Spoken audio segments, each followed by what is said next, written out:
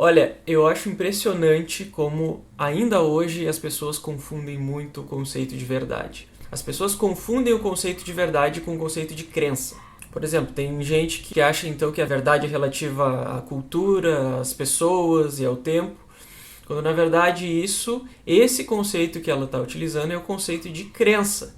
É o que as pessoas acreditam ser a verdade e não a verdade em si. E é muito fácil a gente perceber qual é o conceito de verdade que a gente utiliza no cotidiano e que também é o conceito oficialmente aceito pela filosofia. Basta a gente analisar a maneira que a gente usa a palavra verdade. Então, por exemplo, quando eu digo que a Terra é redonda, ou que é verdade que a Terra é redonda, o que eu estou querendo dizer? Que é verdade porque eu acredito que ela é redonda? É só por isso que é verdade? Ou eu estou querendo dizer que, na verdade, a Terra é de fato redonda? Independente do que eu acredito, do que as outras pessoas acreditam, né? O formato da Terra é esse.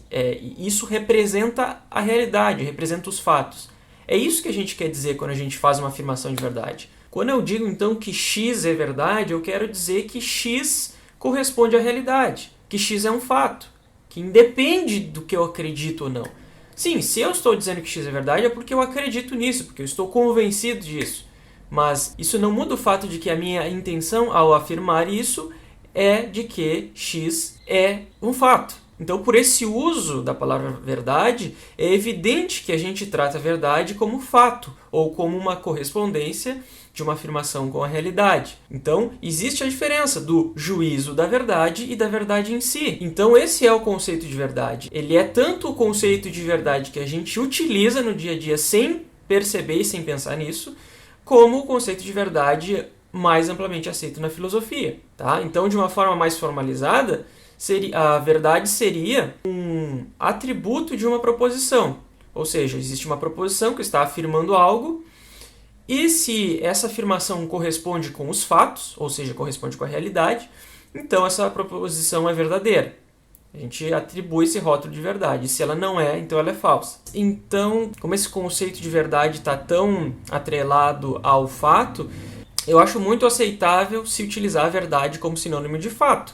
Isso é o que geralmente a gente faz, né? Então, o que varia conforme a cultura, as pessoas e o tempo, vem a ser a crença na verdade. O que a pessoa assume como o que é o fato. Eu posso assumir que tal coisa é um fato, mas eu posso estar errado.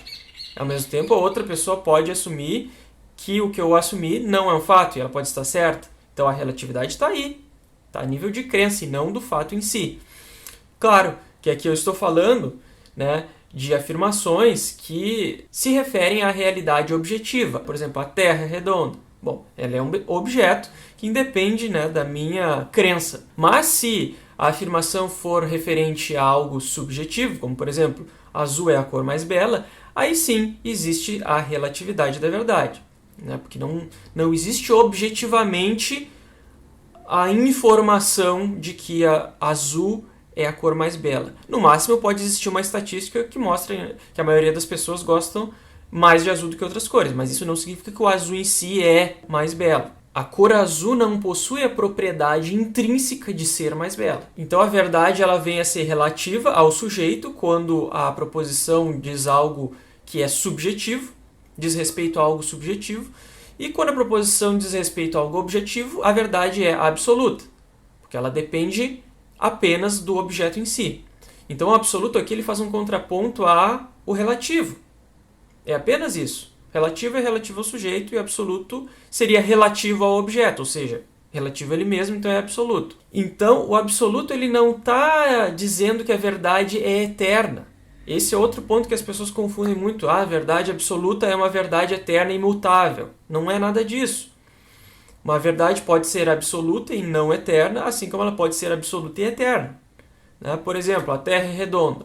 Isso é uma verdade absoluta, mas ela não é necessariamente eterna, porque pode ser que o formato da Terra venha a mudar com o tempo. Por exemplo, com algum fenômeno astronômico aí desconhecido, ou seja, um mundo colidindo com o nosso, ou um meteoro que arranca um pedaço da Terra, vamos supor.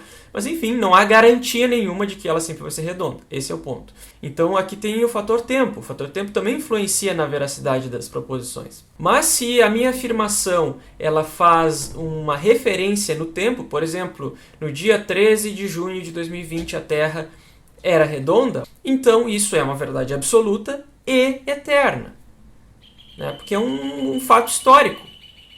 Nesse momento, né, imagina, bate uma foto da realidade toda em um momento do tempo, aquilo é o que é e vai continuar sendo, né? Nem que seja como lembrança, né?